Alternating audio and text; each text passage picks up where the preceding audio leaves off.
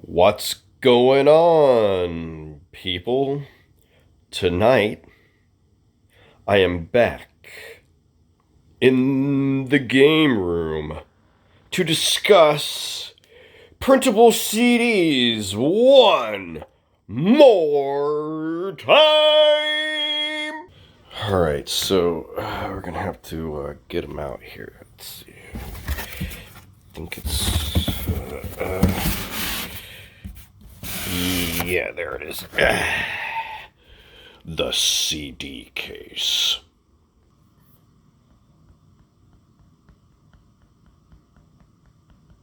Alright, first, there's a few different kinds of CDs that can be quote-unquote printed on.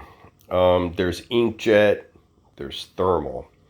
I can't show you thermal because thermal printers are like thousands of dollars. Yeah, I don't have the money for that. So I have to go the inkjet route. Now with inkjet, you have two different kinds. Okay, that happened. And the first kind is what I showed you in my last video, but this right here is the glossy. It's a smooth surface.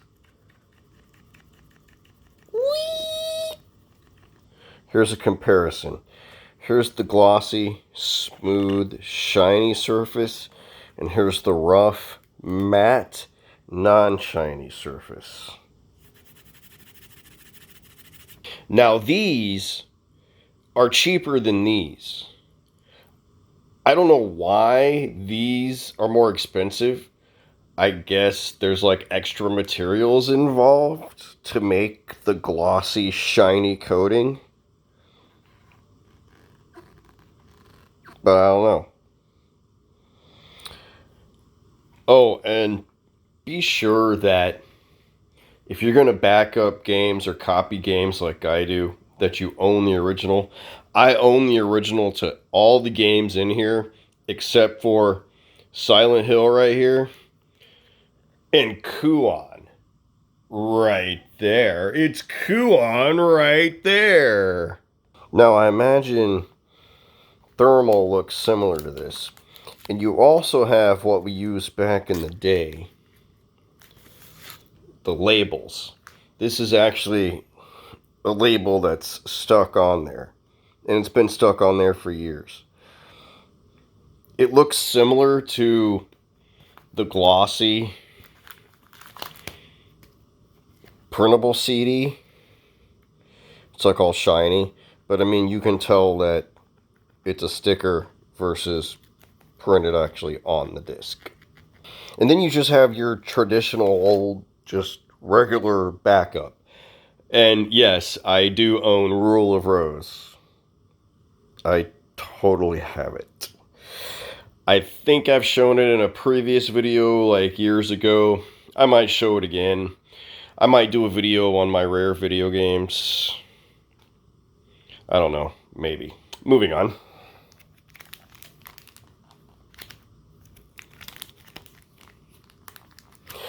Final Fantasy X. What the fuck is with these damn things? That's a sticker, by the way, just like Silent Hill. Haunting Grounds is just like Rule of Rose. It's your traditional old, just plain DVD plus R disc. Nightmare Creatures 2, that is also a label sticker, but it's a matte finish. It's not glossy like Final Fantasy 2 is. It's kind of like the matte finish printable disc. Next up we have Thrill Kill. This is another one that I don't own the original to. And not because it was or is expensive, but because the game was never officially released. Activision acquired Virgin Software, Virgin Games, that's it. And then 2 weeks before this was supposed to hit store shelves, Interplay canceled it. This one is on it's not matte, or it doesn't feel like a matte disc, but I printed it myself. This was just white, and I don't know. It's not the glossy either, so I don't know. I kind of like it because it's not rough and it's not like ultra shiny where it's like glowing in your fucking face. Yeah, so Thrillkill was never released. It was just dumped onto the internet by the developers, and the rest is history on that. Go to Wikipedia if you want to read it. Next up, we have Nuclear Strike, which is just a silver CDR, but on the back here it's black, like a PlayStation disc, an original PlayStation disc. And this is not printable, but they do have printable silver discs that you can only print text to that look like this. They're just silver. And of course they have the matte too, which is like kind of like rough but smooth. I don't know, it's kind of weird. I wish I had like more of the different types of discs to show you guys, but this is all I have. Sorry.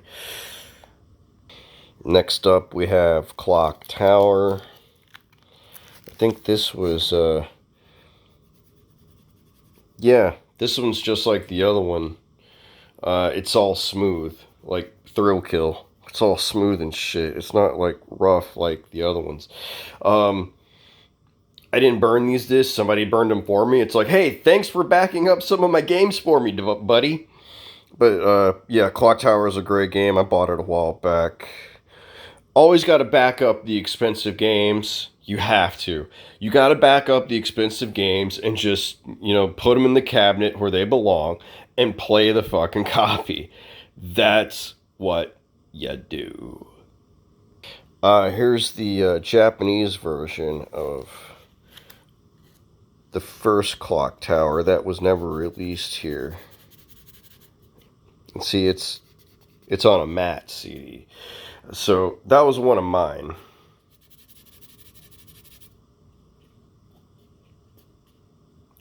Clock Tower. And now we are getting into Gesellsvinia, Symphony of the Night. So this is glossy, as you can tell. It's all shiny. This is the Sega Saturn version of Symphony of the Night, and this is actually the English translated copy here that I have. Yes, if you don't understand Japanese, this is what you need to play the Saturn version of Symphony of the Night. And yes, I own it too. Wait a fucking minute. I already said that I already own all of these except for Silent Hill Memories and Kuon and Thrillkill, because Thrillkill was never fucking officially released. If it was, I would have bought it. Moving along, let's go to the other version of the English version of the Saturn version of Symphony of the Night, also known as, I think it's called Dracula X on the Saturn. But that's on matte. It's not all shiny. No shine. None. 9. And now we have the PlayStation version of Symphony of the Night. This is a sticker. It's been on there for years. I made it back in the day. It's also black on the bottom. Like Nuclear Strike over there. Yeah.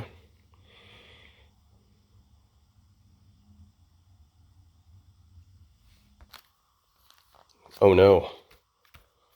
Oh shit, that's all of them. Holy fuck. No. No, I gotta make some more. Oh, wait. Oh yeah, I put the demo disc in there. That's an official demo disc. And more dull combat.